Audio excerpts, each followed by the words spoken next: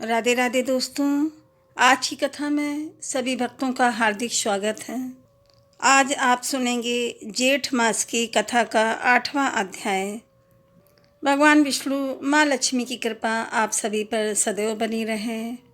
पहले के सभी अध्याय कथा सुनने के लिए सभी भक्तों का बहुत बहुत धन्यवाद। कथा का प्रारंभ करेंगे। भगवान श्री विष्णु कहते हैं, हे नपश्रेष्ठ वैन, अब तुम नहुस पुत्र महाराज ययाति का चरित्र सुनो। वे सर्वधर्म पारायण थे और निरंतर ही भगवान श्री विष्णु में भक्ति रखने वाले थे और उन्हें इस पृथ्वी पर रहते हुए 1,00,000 वर्ष व्यतीत हो गए थे, परंतु उनका शरीर नित्य नूतन दिखाई देता था, मानो वे 25 वर्ष के तरुण हों। भगवान विष्णु के प्रसाद से राजा ययाति बड़े ही प्रशस्त और प्रौढ़ हो गए थे। भूमंडल के मनुष्य कामनाओं के बंधन से रहित होने के कारण यमराज के पास भी नहीं जाते थे।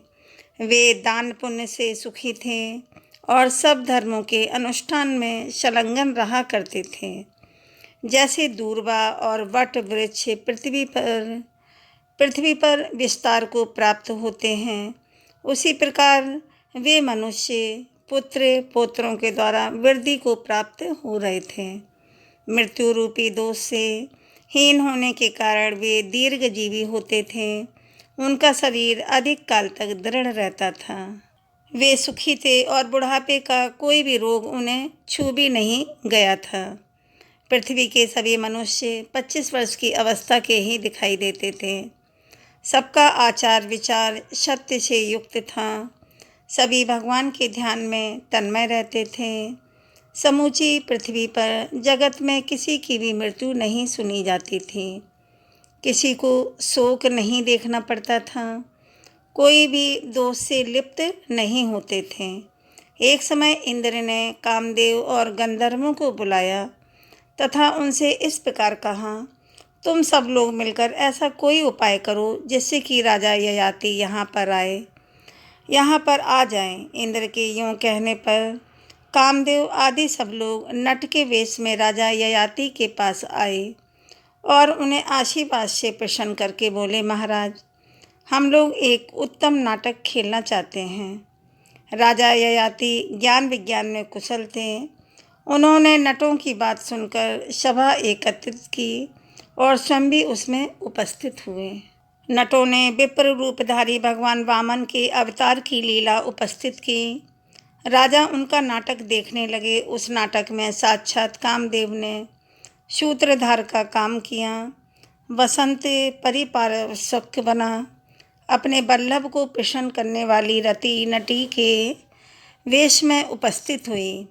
नाटक में सब लोग पात्र के अनुरूप वेश धारण किए अभिनय करने लगे। मकरद अर्थात वसंत ने महाप्राज्ञ राजा ययाति के चित्र को क्षोभ में डाल दिया। सुकर्मा कहते हैं कि हे पीपल महाराज, ययाति कामदेव के गीत नृत्य और ललित हास्य से मोहित होकर स्वयं भी नट स्वरूप हो गए। वे मलमूत्र का त्याग करके आए और पैरों को धोए बिना ही आसन पर बैठ गए। अब यह छिद्र पाकर वृद्धावस्था तथा कामदेव ने राजा के शरीर में प्रवेश किया। हे नृपश्रेष्ठ, उन सब ने मिलकर इंद्र का कार्य पूरा किया। इंद्र का कार्य पूरा कर दिया। नाटक समाप्त हो गया और सब लोग अपने अपने स्थान को चले गए। पश्चात धर्मात्मा राजा ययाति जरावस्था से पराजित हुए और उनका चित्त काम भोग में आसक्त हो गया। एक दिन वे काम युक्त होकर वन में शिकार खेलने के लिए गए। उस समय उनके सामने एक हिरण निकला जिसके 4 सींग थे। उसके रूप की कहीं तुलना नहीं थी। उसके सभी अंग सुंदर थे। रोमावलियाँ सुनहरे रंग की थीं और मस्तक पर रत्न सा जड़ा हुआ प्रतीत होता था। उसका सारा शरीर चितकबरे रंग का था और वह मनोहर मृग देखने ही योग्य था। राजा धनुष बाण लेकर वेग से उसके पीछे दौड़े। मृग भी उन्हें बहुत दूर ले गया और उनके देखते ही देखते वही अंतर्ध्यान हो गया। राजा को वहाँ नंदन वन के समान एक अद्भुत वन दिखाई दिया जो सभी गुणों से युक्त था। उसके भीतर राजा ने एक बहुत सुंदर तालाब देखा जो 10 योजन लंबा और 5 योजन चौड़ा था। सब और कल्याणमय जल से भरा वह सर्वतोभद्र नामक तालाब दिव्य भावों से शोभा पा रहा था। राजा रथ के वेग पूर्वक चलने से खिन्न हो गए थे। परिश्रम के कारण उन्हें कुछ पीड़ा भी हो रही थी, अतः सरोवर के तट पर ठंडी छाया का आश्रय लेकर भी बैठ गए और थोड़ी देर बाद स्नान करके उन्होंने कमल की सुगंध से सुवासित सरोवर का शीतल जल पिया। इतने में ही उन्हें अत्यंत मधुर स्वर में गाया जाने वाला एक दिव्य संगीत सुनाई पड़ा जो ताल और मूर्छना से युक्त था। राजा तुरंत उठकर उस स्थान की ओर चल दिए जहाँ गीत की मनोहर ध्वनि हो रही थी। जल के ऊपर एक सुंदर भवन था और उसी के ऊपर बैठकर शील और गुणों से सुशोभित एक सुंदरी नारी मनोहर गीत गा रही थी। उसकी आंखें बड़ी बड़ी थीं, रूप और तेज उसकी शोभा बढ़ा रहे थे। चराचर जगत में उसके जैसी सुंदरी स्त्री दूसरी कोई नहीं थी। महाराज ययाति के शरीर में जरा युक्त काम का संचार पहले ही हो चुका था। उस स्त्री को देखते ही वह काम विशाल रूप से प्रकट हो गया। राजा कामाग्नि में जलने और काम ज्वर से पीड़ित होने लगे। उन्होंने उस सुंदरी से पूछा, हे सुबे, तुम कौन हो? किसकी कन्या हो? तुम्हारे पास यह कौन बैठी है? हे कल्याणी, मुझे सब बातों का परिचय दो। मैं नहुस का पुत्र हूँ। मेरा जन्म चंद्रवंश में हुआ है। पृथ्वी के 7 द्वीपों पर मेरा अधिकार है। मैं तीनों लोकों में विख्यात हूँ। मेरा नाम ययाति है। हे सुंदरी, मुझे दुर्जय मारे डालता है। मैं उत्तम शील से युक्त हूँ। तुम मेरी रक्षा करो। तुम्हारे समागम के लिए मैं अपना राज्य, समूची पृथ्वी और यह शरीर भी अर्पण कर दूंगा। यह त्रिलोकी तुम्हारी ही है। राजा की बातें सुनकर सुंदरी ने अपनी सखी विशाला को उत्तर देने के लिए प्रेरित किया। तब विशाला ने कहा, हे नरश्रेष्ठ, यह रति की पुत्री है। इसका नाम अश्रु बिंदुमती है। मैं इसके प्रेम और सौहार्द्र वश सदा इसके साथ रहती हूँ। हम दोनों में स्वाभाविक मित्रता है जिससे मैं सर्वदा प्रसन्न रहती हूँ। मेरा नाम विशाला है। मैं वरुण की पुत्री हूँ। हे महाराज, मेरी यह सुंदरी सखी योग्य वर की प्राप्ति के लिए तपस्या कर रही हैं। इस प्रकार मैंने आपसे अपनी इस सखी का तथा अपना भी पूरा परिचय दे दिया। ययाति बोले, हे सुबे, मेरी बात सुनो। यह सुंदर मुख वाली रति कुमारी मुझे ही पति रूप में स्वीकार करे।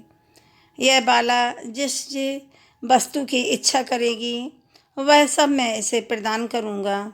विशाला ने कहा, हे राजन, मैं इसका नियम बतलाती हूँ, पहले उसे सुन लीजिए। यह स्तर यौवन से युक्त, सर्वज्ञ, वीर के लक्षणों से सुशोभित, देवराज के समान तेजस्वी, धर्म का आचरण करने वाले, त्रिलोक पूजित, सुबुद्धि, सुप्रिय तथा उत्तम गुणों से युक्त पुरुष को अपना पति बनाना चाहती हैं। तब ययाति बोले, मुझे इन सभी गुणों से युक्त ही समझो। मैं इसके योग्य पति हो सकता हूँ। विशाला ने कहा, हे राजन, मैं जानती हूँ आप अपने पुण्य के लिए तीनों लोकों में विख्यात हैं। मैंने पहले जिन जिन गुणों की चर्चा की है वे सभी आपके भीतर विद्यमान हैं। केवल एक ही दोष के कारण यह मेरी सखी आपको पसंद नहीं करती। आपके शरीर में वृद्धावस्था का प्रवेश हो गया है। यदि आप उससे मुक्त हो सकें तो यह आपकी प्रियतमा हो सकती हैं। हे राजन, यही इसका निश्चय है। मैंने सुना है, पुत्र, भ्राता और भृत्य जिसके शरीर में भी इस जरावस्था को डाला जाए उसी में इसका संचार हो जाता है। अतः हे भूपाल, आप अपना बुढ़ापा तो अपने पुत्र को दे दीजिए और स्वयं उसका यौवन लेकर परम सुंदर बन जाइए। तो मेरी सखी जिस रूप में आपका उपभोग करना चाहती हैं उसी के अनुकूल व्यवस्था कीजिए। तब ययाति बोले, हे महाभाग्य ए वस्तु, मैं तुम्हारी आज्ञा का पालन अवश्य करूँगा। राजा ययाति काम भोग में आसक्त होकर अपनी विवेक शक्ति खो बैठे थे अपनी विवेक शक्ति खो बैठे थे। वे घर जाकर अपने पुत्रों से बोले, तुम लोगों में से कोई एक मेरी दुखदायिनी जरावस्था को ग्रहण कर ले और अपनी जवानी मुझे दे दे, जिससे कि मैं इच्छानुसार भोग सकूं। और जो मेरी इस वृद्धावस्था को ग्रहण करेगा वह पुत्रों में श्रेष्ठ समझा जाएगा और वही मेरे राज्य का स्वामी होगा। उसको सुख संपत्ति, धन्य धान्य, बहुत सी संतानें तथा यश और कीर्ति प्राप्त होगी। तुरु ने कहा, हे पिताजी, इसमें संदेह नहीं कि माता पिता की कृपा से ही पुत्र को शरीर की प्राप्ति होती है। अतः उसका कर्तव्य है कि यह विशेष चेष्टा के साथ माता पिता की सेवा करें। परंतु महाराज, यौवन दान करने का यह मेरा समय नहीं है। तुरु की बात सुनकर धर्मात्मा राजा को बड़ा क्रोध हुआ। वे उसे श्राप देते हुए बोले, तूने मेरी आज्ञा का अनादर किया है, अतः तू सब धर्मों से बहिष्कृत और पापी हो जा। तेरा हृदय पवित्र ज्ञान से शून्य हो जाए और तू कौड़ी हो जा। तुरु को इस प्रकार श्राप देकर वे अपने दूसरे पुत्र यदु से बोले, बेटा, तू मेरी जरा अवस्था को ग्रहण करके और मेरा अकंटक राज भोग। यह सुनकर यदु ने हाथ जोड़कर कहा, पिताजी कृपा कीजिए, मैं बुढ़ापे का भार नहीं ढो सकता। शीत का कष्ट सहना, अधिक राह चलना, कदन्य भोजन करना, जिनकी जवानी बीत गई हो ऐसी स्त्रियों से संपर्क रखना और मन की प्रतिकूलता का सामना करना, यह वृद्धावस्था के 5 हेतु हैं। यदु के यूँ कहने पर महाराज ययाति ने कुपित होकर उन्हें भी श्राप दे दिया, जा तेरा वंश राज्यहीन होगा और उसमें कोई भी राजा नहीं होगा। यदु ने कहा, महाराज, मैं निर्दोष हूँ, आपने मुझे श्राप क्यों दे दिया? मुझे दीन पर दया कीजिए, प्रसन्न हो जाइए। ययाति बोले, बेटा, महान देवता भगवान विष्णु जब तेरे वंश में अपने अंश सहित अवतार लेंगे, उस समय तेरा कुल पवित्र और श्राप से मुक्त हो जाएगा। राजा ययाति ने कुरु को शिशु समझकर छोड़ दिया और शर्मिष्ठा के पुत्र पुरु को बुलाकर कहा, बेटा, तू मेरी वृद्धावस्था को ग्रहण कर ले। पुरु ने कहा, हे राजन, मैं आपकी आज्ञा का पालन करूँगा। मुझे अपनी वृद्धावस्था दे दीजिए और आज ही मेरी युवावस्था से सुंदर रूप धारण करके उत्तम भोग भोगिए। यह सुनकर महामनस्वी राजा का चित्त अत्यंत प्रसन्न हुआ।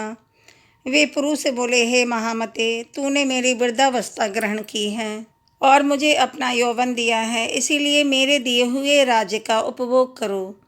अब राजा की बिल्कुल नई अवस्था हो गई। वे 16 वर्ष के तरुण प्रतीत होने लगे, देखने में अत्यंत सुंदर, मानो दूसरे कामदेव हों। महाराज ने पुरु को अपना धनुष, राज्य, छत्र, घोड़ा, हाथी, धन, खजाना, देश और सेना, चवर, व्यजन सब कुछ दे डाला। धर्मात्मा नहुस कुमार अब कामात्मा हो गए। वे कामासक्त होकर बारंबार उस स्त्री का चिंतन करने लगे। उन्हें अपने पहले वृत्तांत का स्मरण न रहा। नई जवानी पाकर वे बड़ी शीघ्रता के साथ कदम बढ़ाते हुए अश्रु बिंदुमती के पास गए। उस समय उनका चित्त काम से उन्मत्त हो रहा था। वे विशाल नेत्रों वाली विशाला को देखने कर बोले, हे बद्रे, मैं प्रबल दोष रूप वृद्धावस्था को त्याग करके यहाँ आया हूँ। अब मैं तरुण हूँ तो तुम्हारी सखी मुझे स्वीकार करे।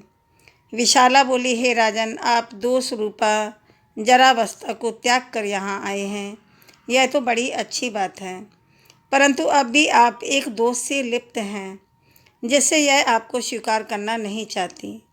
आपकी 2 सुंदर नेत्रों वाली स्त्रियां हैं, शर्मिष्ठा और देवयानी। ऐसी दशा में आप मेरी इस सखी के वश में कैसे रह सकेंगे?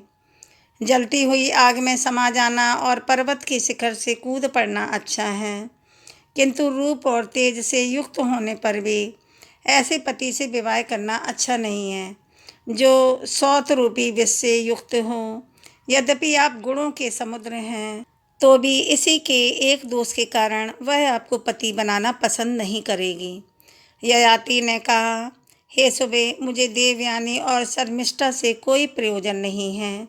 इस बात के लिए मैं सत्य धर्म से युक्त अपने शरीर को छूकर शपथ करता हूँ।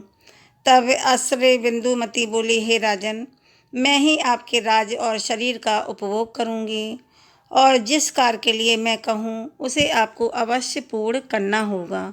और इस बात का विश्वास दिलाने के लिए अपना हाथ मेरे हाथ में दीजिए। ययाति ने कहा, हे राजकुमारी, मैं तुम्हारे सिवा किसी भी दूसरी स्त्री को ग्रहण नहीं करूँगा। हे वरान, मेरा राज्य, समूची पृथ्वी, मेरा यह शरीर और खजाना, सबका तुम इच्छा अनुसार उपभोग करो। हे सुंदरी, लो मैंने तुम्हारे हाथ में अपना हाथ दे दिया। अश्रु बिंदुमती बोली, महाराज, अब मैं आपकी पत्नी बनूंगी। इतना सुनते ही महाराज ययाति की आंखें हर्ष से खिल उठीं। उन्होंने गंधर्व विवाह की विधि से कामकुमारी अश्रुदुमती को ग्रहण किया और युवावस्था के द्वारा वे उसके साथ विहार करने लगे। अश्रु बिंदुमती में आसक्त होकर वहाँ रहते हुए राजा को 20,000 वर्ष बीत गए। इस प्रकार इंद्र के लिए किए हुए कामदेव के प्रयोग से उस स्त्री ने महाराज को भली भांति मोहित कर लिया। एक दिन की बात है, कामनंदिनी अश्रुदुमती मोहित हुए महाराज ययाति से कहा, हे प्राणनाथ, मेरे हृदय में कुछ अभिलाषा जागृत हुई है। आप मेरे उस मनोरथ को पूर्ण कीजिए। हे पृथ्वीपति, आप यज्ञों में प्रधान अश्वमेघ यज्ञ का अनुष्ठान करें। राजा बोले, हे महाभागे ए वस्तु, मैं तुम्हारा यह प्रिय कार्य अवश्य करूँगा। ऐसा कहकर महाराज ने अपने राजभोग से निष्प्रिय पुत्र पुरु को बुलाया। पिता का आवाहन सुनकर पुरु आए। उन्होंने भक्तिपूर्वक हाथ जोड़कर राजा के चरणों में प्रणाम किया और अश्रु बिंदुमती के युगल चरणों में भी मस्तक झुकाया। इसके बाद वे पिता से बोले, हे महाप्राज्ञ, मैं आपका दास हूँ। बताइए, मेरे लिए आपकी क्या आज्ञा है? मैं कौन सा कार्य करूँ? राजा ने कहा, बेटा, पुण्य आत्मा द्विजों, ऋतुजों और भूमि वालों को आमंत्रित करके तुम अश्वमेघ यज्ञ की तैयारी करो। महातेजस्वी पुरु बड़े धार्मिक थे। उन्होंने पिता के कहने पर उनकी आज्ञा का पूर्णतः पालन किया। तत्पश्चात राजा ययाति ने काम कन्या के साथ यज्ञ की दीक्षा ली।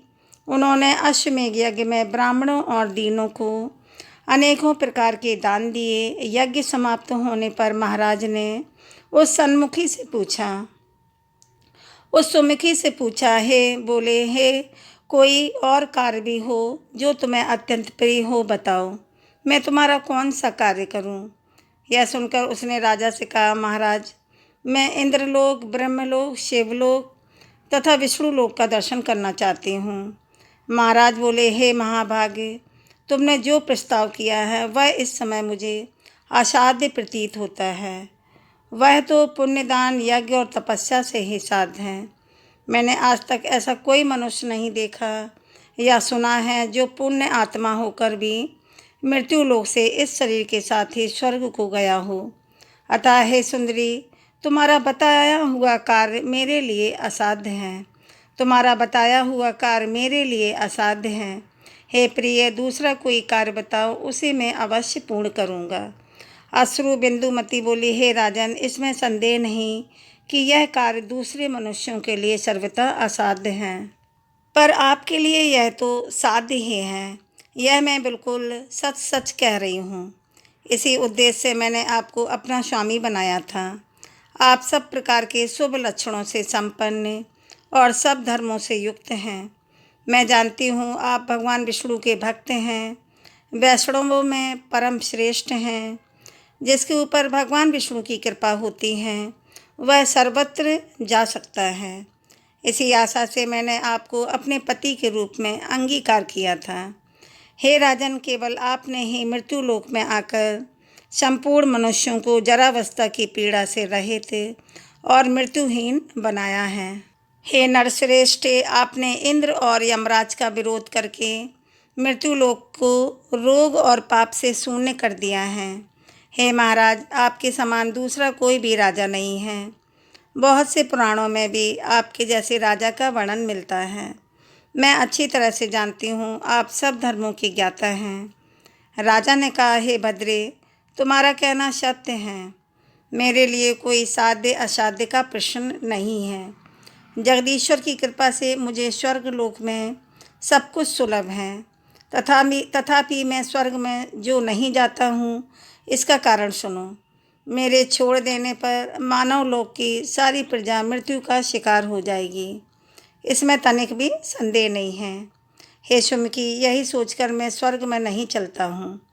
यह मैंने तुमसे सच्ची बात बताई है। रानी बोली, है महाराज, उन लोगों को देखकर मैं फिर से मृत्यु लोक में लौट आऊँगी। इस समय उन्हें देखने के लिए मेरे मन में इतनी उत्सुकता हुई है जिसकी कोई कहीं तुलना नहीं है। राजा ने कहा, हे देवी, तुमने जो कुछ कहा है उसे निःसंदेह पूर्ण करूँगा। अपनी प्रिया अश्रु बिंदुमती से यूँ कहकर राजा सोचने लगे, मत्स्य पानी के भीतर रहता है किंतु वह भी जल से बन जाता है। स्वर्ग में या पृथ्वी पर जो स्थावर आदि प्राणी हैं, उन सब पर काल का प्रभाव है। एकमात्र काल ही इस जगत के रूप में उपलब्ध होता है। काल से पीड़ित मनुष्य को मंत्र, तप, दान, मित्र और बंधु बांधव कोई भी नहीं बचा सकते। विवाह, जन्म और मृत्यु यह काल के रचे हुए 3 बंधन हैं।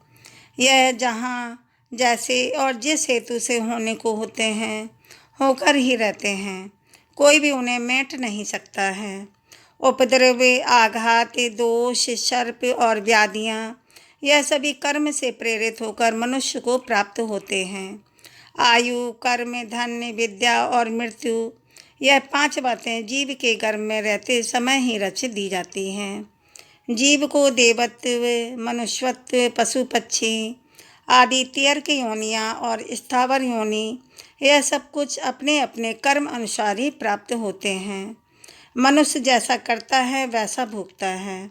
उसे अपने किए हुए कर्म को सदा ही भोगना पड़ता है। वह अपना ही बनाया हुआ दुख और अपना ही रचा हुआ सुख भोगता है।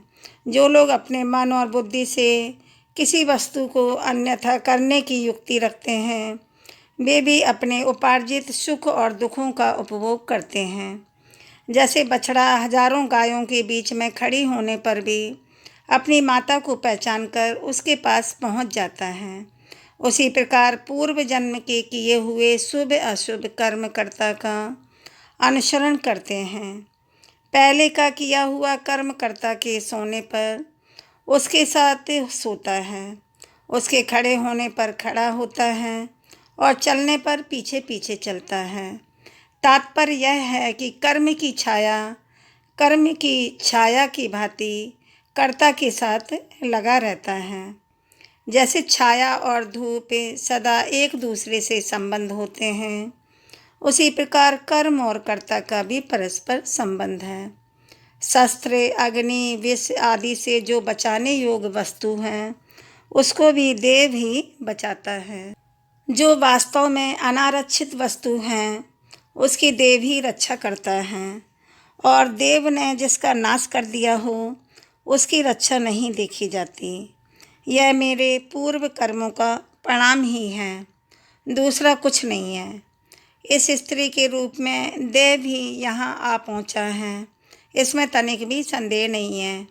मेरे घर में जो नाटक खेलने वाला नट और नतरक आए थे, उन्हीं के संग से मेरे शरीर में जरावस्था ने प्रवेश किया है, और इन सब बातों को मैं अपने कर्मों का परिणाम ही मानता हूँ।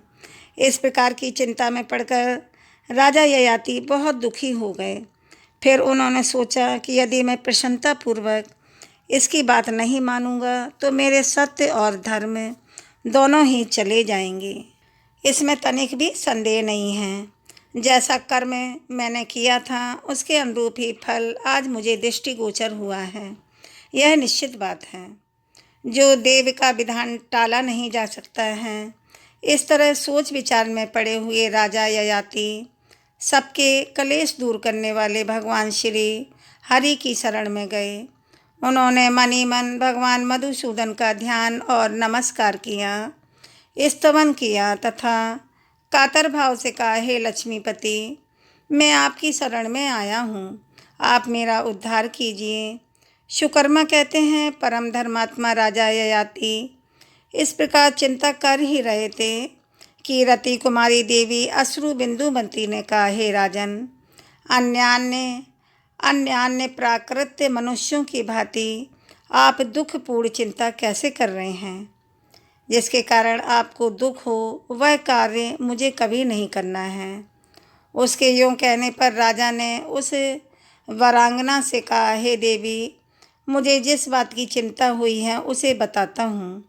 सुनो, मेरे स्वर्ग लोक चले जाने पर सारी प्रजा दीन हो जाएगी। अब मैं तुम्हारे साथ स्वर्ग लोक को चलूँगा।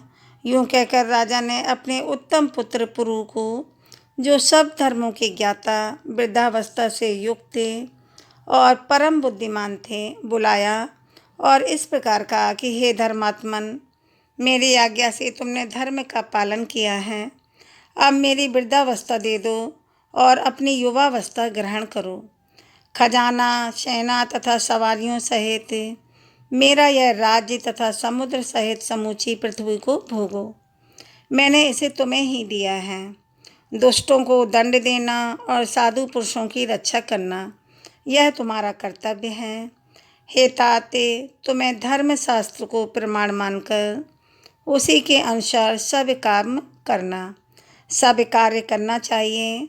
हे महाभाग शास्त्री, विधि के अनुसार भक्ति पूर्वक ब्राह्मणों का पूजन करना, क्योंकि वे तीनों लोकों में पूजनीय हैं।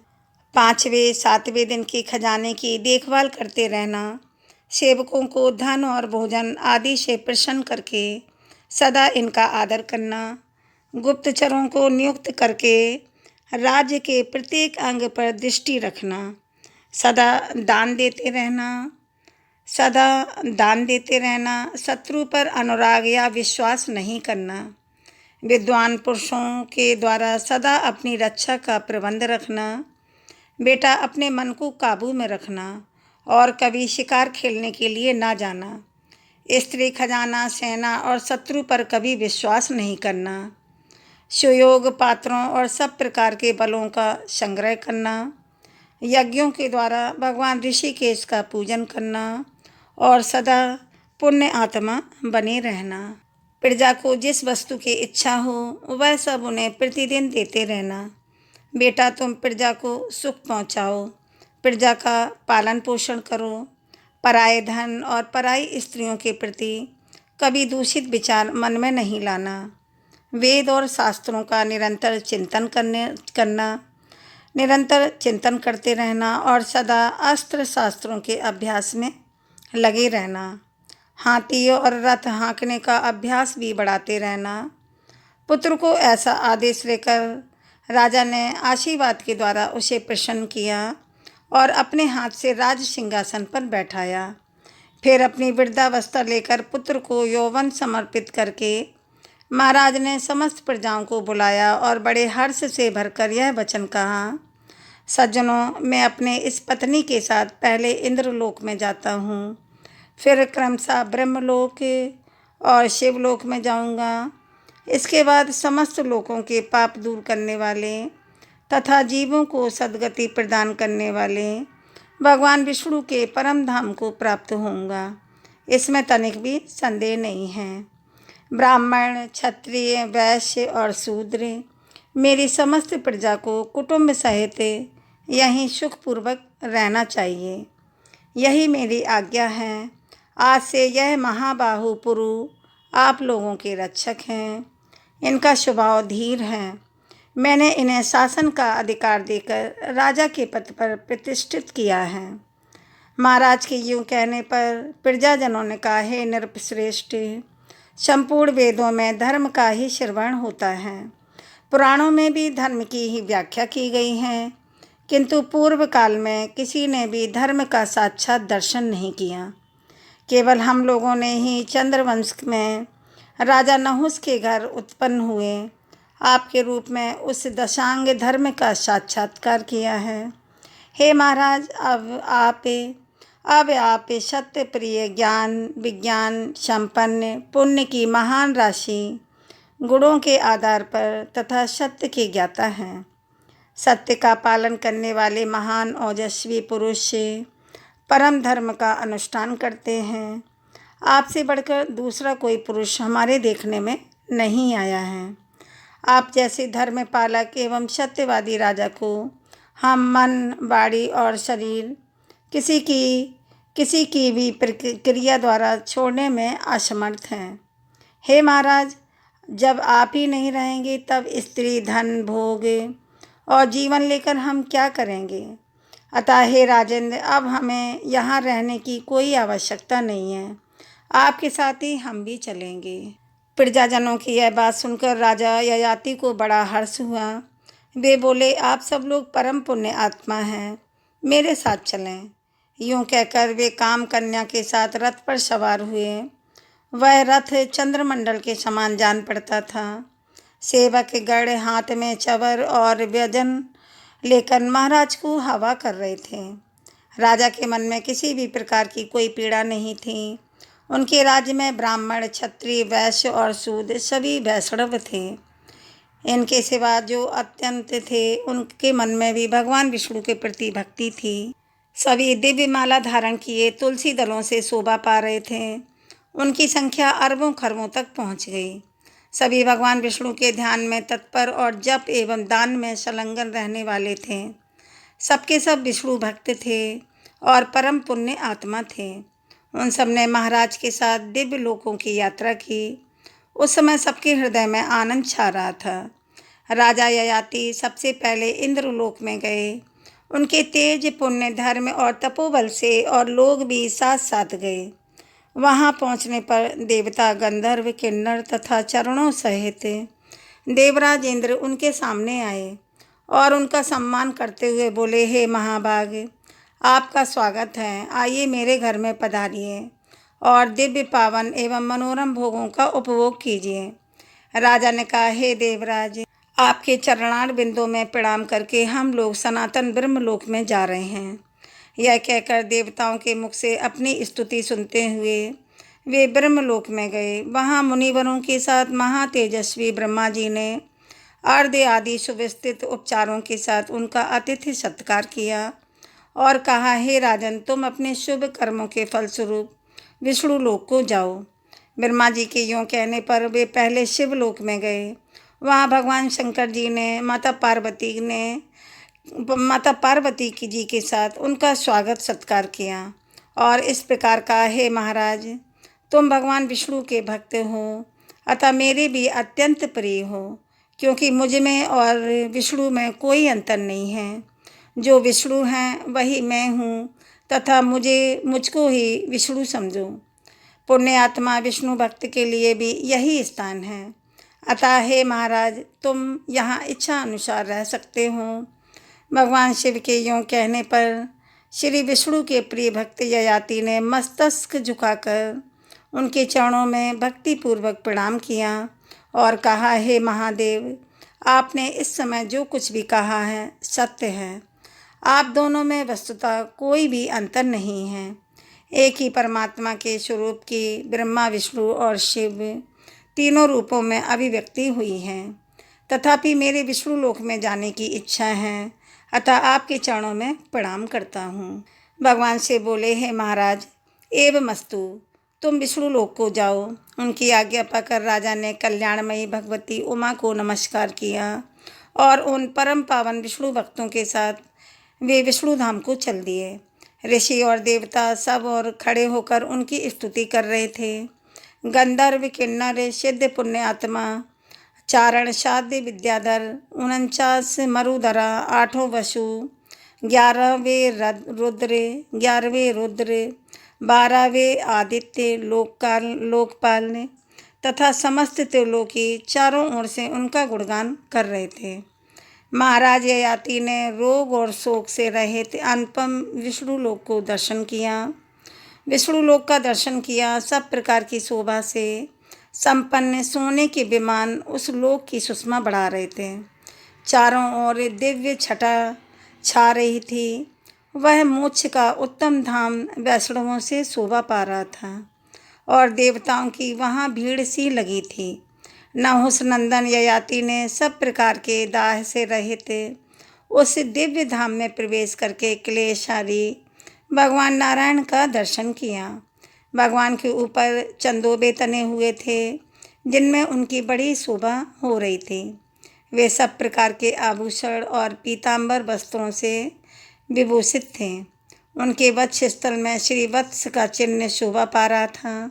सबके महान आश्रय पाकर भगवान जगन्नाथ लक्ष्मी के साथ गरुड़ पर विराजमान थे। वे ही परात्पर परमेश्वर हैं, संपूर्ण देवलोकों की गति हैं, परमानंदमय केवल से सुशोभित हैं।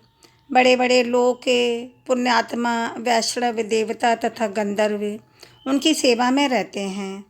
राजा ययाति ने अपनी पत्नी सहित निकट जाकर गंधर्वों द्वारा सेवित देववृंद से घिरे हुए दुख क्लेशहारी प्रभु नारायण को नमस्कार किया तथा उनके साथ जो अन्य वैष्णव पधारे थे उन्होंने भी भक्तिपूर्वक भगवान की दोनों चरण कमलों में मस्तक झुकाया।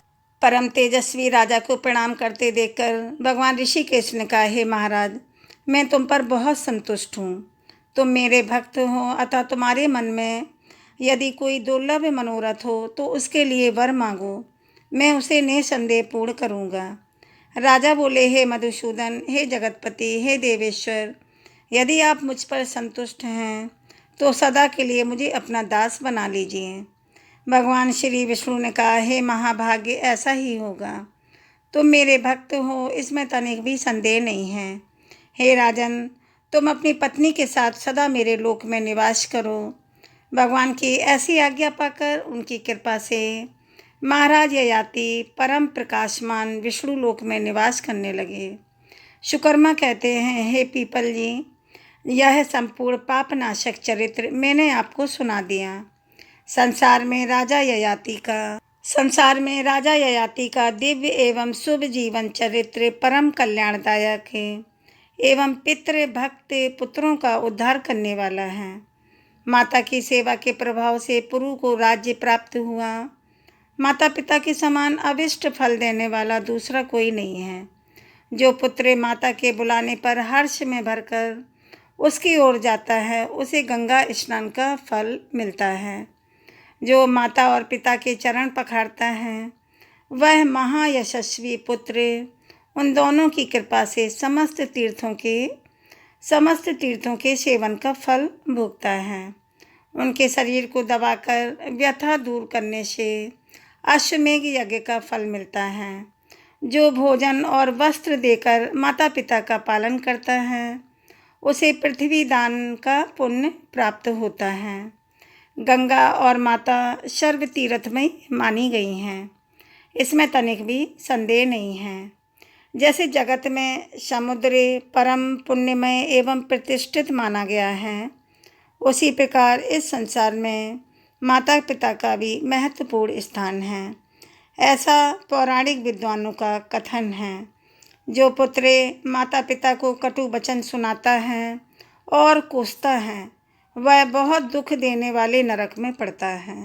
जो ग्रस्त होकर भी बूढ़े माता पिता का पालन नहीं करता वह पुत्र नरक में पड़ता है और भारी यातना भोगता है। जो दुर्बुद्धि एवं पापाचारी पुरुष पिता की निंदा करता है उसके उस पाप का प्रायश्चित प्राचीन विद्वानों को भी दृष्टिगोचर नहीं हुआ है। हे विप्रवर, यही सब सोचकर मैं प्रतिदिन माता और पिता की भक्ति पूर्वक पूजा करता हूँ और चरण दबाने आदि की सेवा में लगा रहता हूँ। मेरे पिता मुझे बुलाकर जो कुछ भी आज्ञा देते हैं उसे मैं अपनी शक्ति के अनुसार बिना विचारे पूर्ण करता हूँ। इससे मुझे सद्गति प्रदान करने वाला उत्तम ज्ञान प्राप्त हुआ है। माता पिता की कृपा से संसार में तीनों कालों का ज्ञान सुलभ हो जाता है। पृथ्वी पर रहने वाले जो मनुष्य माता पिता की भक्ति करते हैं उन्हें यह ज्ञान प्राप्त होता है।